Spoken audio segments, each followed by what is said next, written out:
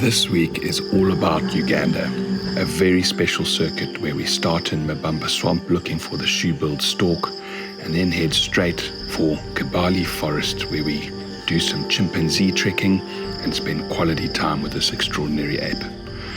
After Kibale, we take a drive towards Queen Elizabeth National Park, a very interesting place, stay in the wonderful Shasha Wilderness Camp before heading on to Bwindi and of course gorilla trekking, spending 3 or 4 days with this amazing great ape. We fly into Entebbe. From here we drive into Kibale via Mabamba Swamp. Once done with the chimps, we drive to Queen Elizabeth National Park, spend a few nights here, and then continue south onto Bwindi Impenetrable Forest. Once done with the gorillas, we fly back to Entebbe and head home.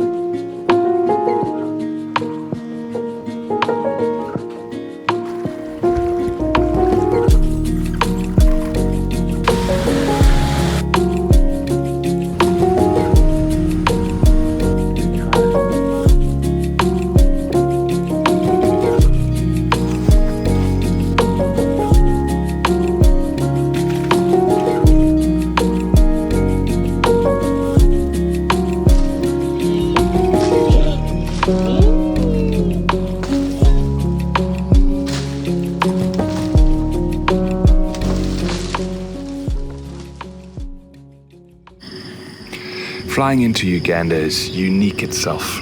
The view of Lake Victoria from above is breathtaking, this vast expanse of water. You can even see some of the swamps that we look for the shoe-billed stork in the day to come. We spend our first night at the beautiful Hotel Number 5. Such a lovely spot to just get rid of the jet lag, take it easy, swim in the pool, eat some nice food, and get ready for the adventure ahead. So Uganda has a lot to offer. Obviously there's Buster. Hey? Buster's coming to say hello today. Buster? Pebbles, come here. Come here. Come say hello. Whoa. Pebbles, look. Vast array of places you can see, experiences you can go on in Uganda. It really is something truly remarkable. What takes the spotlight in Uganda is the great apes and especially the highland gorilla or mountain gorilla. And there's no doubt it's a feeling that you cannot believe. You have to experience it for yourself when you witness the gorillas for the first time. You'll never forget meeting eyes with that animal. There's nothing on earth. There's no other feeling that's like it. You have to see it to believe it. This particular trip, we start in Entebbe. You always start in Entebbe. There's lovely things to do in Entebbe, but usually we move through the big cities. You know how I like to move through the big cities, not spend too much time unless there's something really special. Entebbe has something really special. Not quite in the city itself, just outside, there's a place called Mabamba Swamp. And Mabamba Swamp, Pebbles? Mabamba Swamp is home to the shoe-billed stork, which is a very interesting looking bird, almost prehistoric-like as it's been called many times, and also very rare. Habitat destruction has left very little areas for the shoe-bill to exist, and this is one of them. In fact, in my travels, I think it's the best place to see the shoe-bill. So we almost always do a stop in Mabamba Swamp for the shoe-bill.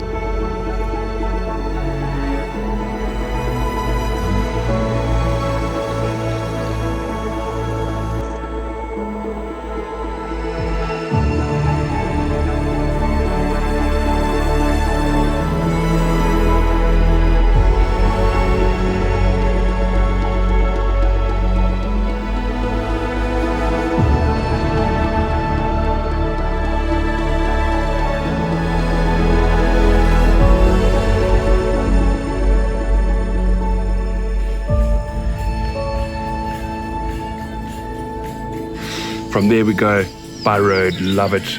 Driving through Uganda, the country is magnificent. The people are so friendly.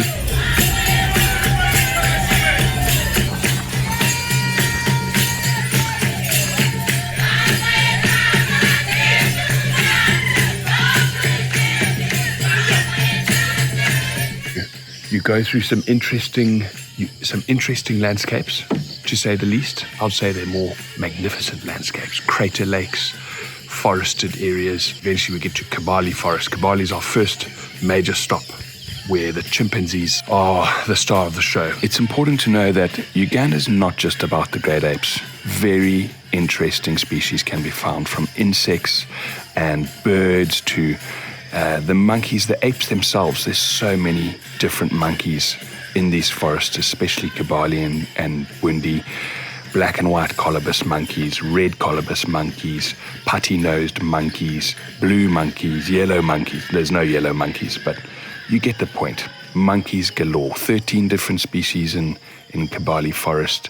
And you can see a lot of them quite often. The blue monkey is a little harder to find, but if you look carefully and you're with the right guide, you'll tick off a good number of these really interesting apes. And let's not get on to the butterflies. There's so many butterflies. We actually regard Uganda as the butterfly capital of Africa. There's so many different species. But chimpanzees are extraordinary. Very different in nature, can be much more chaotic, much more emotional, much more aggressive, not necessarily towards us, obviously, but to each other. There's a lot of dramas going on a lot of the time. They go from being really relaxed to going World War III.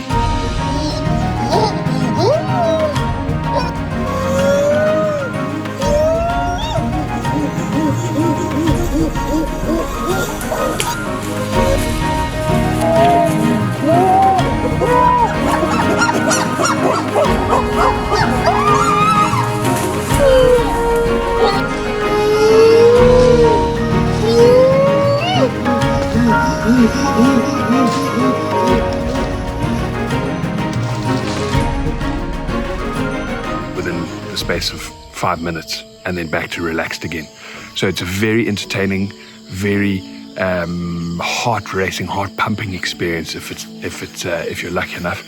Pebbles and Buster, check at them. Loud, sometimes banging on trees, going crazy, and sometimes even they will sort of show emotion towards the visitors, us, when we're coming into the area, which can be quite intense, which is very exciting. And there's also definitely moments of tenderness between the adults and babies, for example. So, very special experience.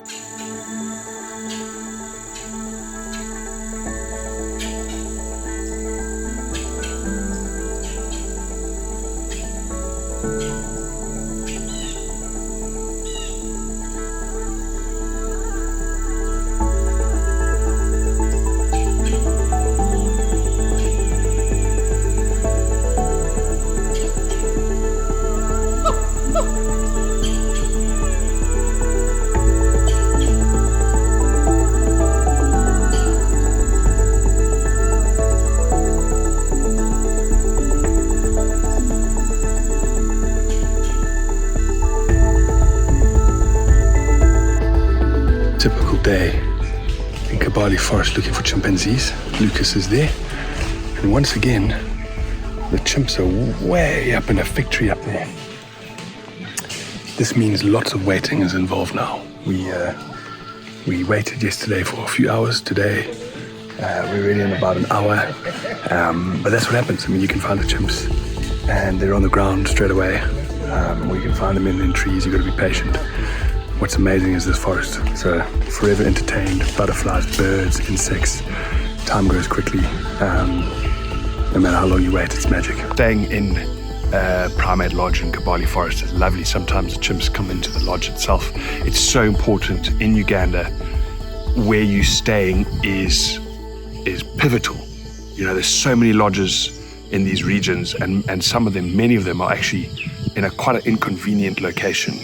And it takes quite some time to get to where you want a chimp trek or gorilla trek. So staying at the right people's is really important. Here we are at Primate Lodge. Living up to its name. Red colobus, grey cheek mangabees up there. See them darting around. I mean, this is the joy of this place. You're just surrounded by apes the whole time. Look at them, having a good time. Big jump coming. Oh, not so much. How cool is this? Kibale Forest. After Kibale, we hit the road again. Normally I wouldn't spend so much time on the road in Africa, but this country is just too beautiful. The people are so friendly. It would be a real pity to fly over everything. So we drive onto Queen Elizabeth National Park through some pretty heavy rain, and we start our time there in the famed Kibale Channel. It's a very interesting place full of magnificent species.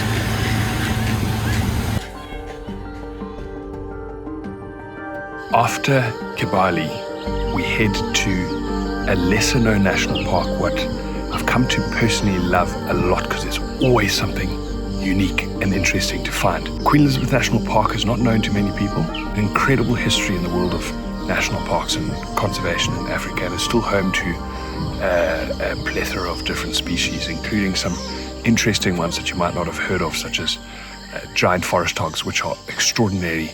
It's like a warthog on steroids, and then some. It's a massive beast, and we see them sometimes boating in the Kibale Channel, which is our first stop when we go into Ishasha. And it's a lovely, interesting channel, full of life. Hippo, buffalo, elephant, and some big bulls. You know I like a big bull elephant. You know how I like a big bull elephant. I love a big bull elephant. And the Kibale Channel's full of that. After we're done with Kibale, we head into an area called Ishasha, which became well known because there was prides of lions in the area that used to sleep in trees. Now, they do that throughout Africa, but in Ishasha they do it. So I've noticed myself regularly. There's individuals there that will prefer to sleep in a tree rather than the ground, which is very interesting itself. And sometimes these cats will even sleep in euphorbias, cactus-like plant or tree, which is neither of each. It's a succulent, obviously, and they will actually sleep inside there, which is really an interesting sight, and photographically a worthwhile endeavor to go looking for these cats. So we still spend a bit of time in Ishasha.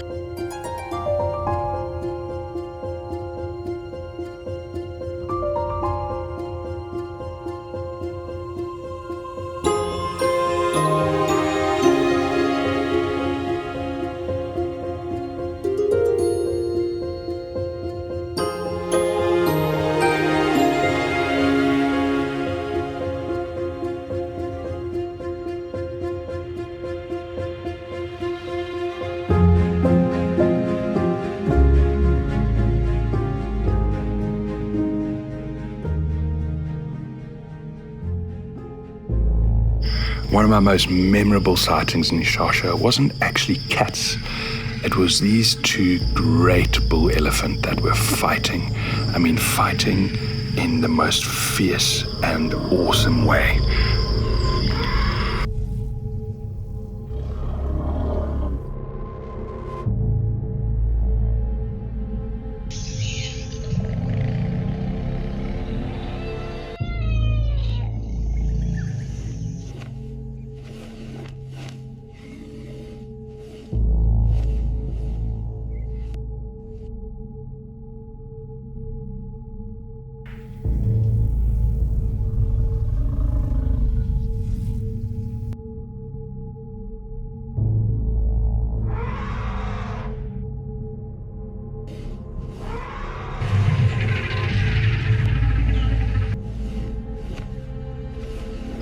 After watching this from a nice, safe area up on the top of an escarpment, these bulls had had enough of each other, and one of them eventually gave up, and we watched them chase each other right across this valley and into the distance. It was absolutely extraordinary.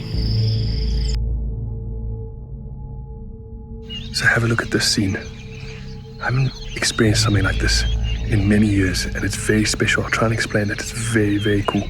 You see these two little dots here? Those are actually two massive bull elephant, both in must, both equally matched. And they're having a go at it, sizing each other up and down this water channel all morning down there in this forest, Ishasha wilderness area in Uganda. Sanjvi, Lucas getting ready to watch. What's really special here is elephant in this state. You usually cannot get near them. It's a very dangerous situation, full of must, full of aggression. You have to avoid it, give it as much distance as possible. But we're up on a escarpment here, looking down into the forest. So we're safe. Yet we have this bird's eye view of this battlefield. It's magnificent. You can actually feel the energy. It's very tense, these two juggernauts battling it out. Very special sighting, actually. Haven't experienced something like this in years. Hello, lovely people. So, third stop, if you include Entebbe, on this epic Uganda odyssey. Queen Elizabeth National Park. There's always something different here. Always. It doesn't have the cat sightings that the Serengeti or Sabi Sands might have, but it has so much to offer. Beautiful big elephant bulls, giant forest hogs, which are just epic, and giant, and they're hogs, and what else do you want? So, love that. And once you've done with all of that in the north, there's euphorbias, cats and euphorbias, lions and euphorbias sometimes. It's a very unique thing to see. Often cats, lions will climb trees, but to climb euphorbias, that's hard to find. And the north of this park is very famed for that. So very, very interesting part of the park. And you poodle around there for the first bit of this segment, and then you come south and we stay in this lovely place. Check out this, Queen Elizabeth National Park, Ishasha Wilderness Camp canvas tent operation. Check it out. We always love that. Let me show you inside. This is what I love. I love camps like this. Canvas tent, cream drapings, big bed, places to sit and journal and contemplate life.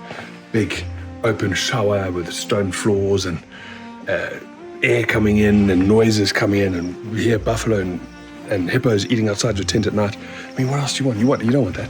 You don't want that brick stuff where you can't hear anything, you can't be scared by anything. Who wants that? Okay, that's this tent. Shooing at tsetse flies, always appreciate that. And this is it. Lions, leopards, hippo. This is the river right in front of us here. There's buffalo, elephant here most days. Magic way to split up your chimp experience and your Gilarula experience is coming here and searching Queen Elizabeth National Park. It's very cool. Lastly, we head off, drive to Bwindi. You could say best for last on this one. Mountain gorillas. I am a big fan of mountain gorillas, so I lean into that narrative quite easily. And they are extraordinary. Bwindi Impenetrable Forest, where we stay, is right in the forest itself. And gorillas can sometimes visit the lodge. It's such a beautiful location. You start your treks from just down the road, you walk out of the lodge and you're in the area where you go trekking, and then you're in it. Hello?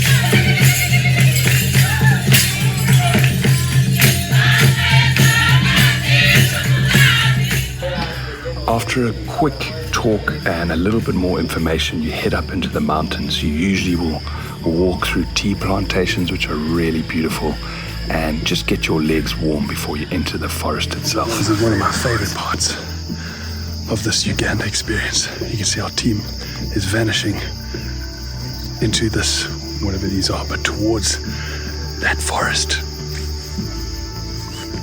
I mean, it's the energy, the beauty, and the fact that there's mountain gorillas in there, and we're going to see them shortly. It's so exciting. And one of my favorite parts, just take a moment and look at that. Oh, let's get in there. Then you're in the gorillas, and I mean, you can never prepare someone for for seeing a gorilla walk past you and the size and immensity of him.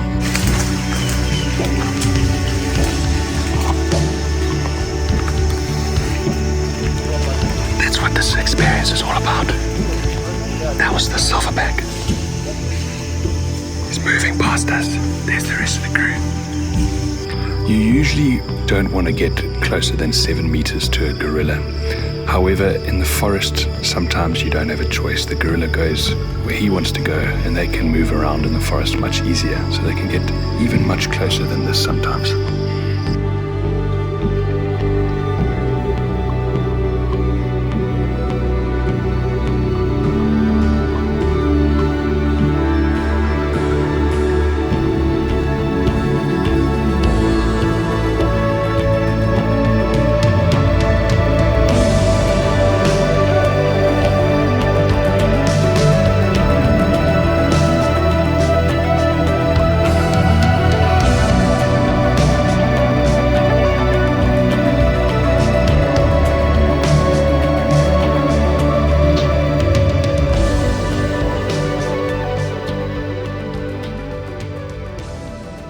This is some stingy nettles.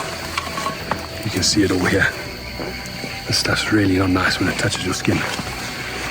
Another thing I forgot to mention, in terms of gear, 7200. This is your go-to lens. You can literally do all your gorilla tricks on this, even if it's your only lens. Second lens I'd bring, 2470. On a second body if you can. Don't bring 3 bodies, it's too much. Even 2 bodies. There's a lot to carry around, but if you really want to, 2470, 7200. Good rain gear. You have to have a good rain jacket. Ponchos are really good because they can go over you and they can go over your backpack as an extra measure of keeping your gear dry. So that's a very, very important thing. And something I like to bring too is a dry bag. A dry bag that can fit your cameras in it. You can chuck them in there. You can roll it up, and peace of mind. You know they're not going to get wet. So there's gear for gorillas. Enjoying some really beautiful, tender moments, really close to these animals. Observing how the silverback plays his part, how mothers and the young interact with each other, the young wrestling and playing. It's a sight that you can't get bored.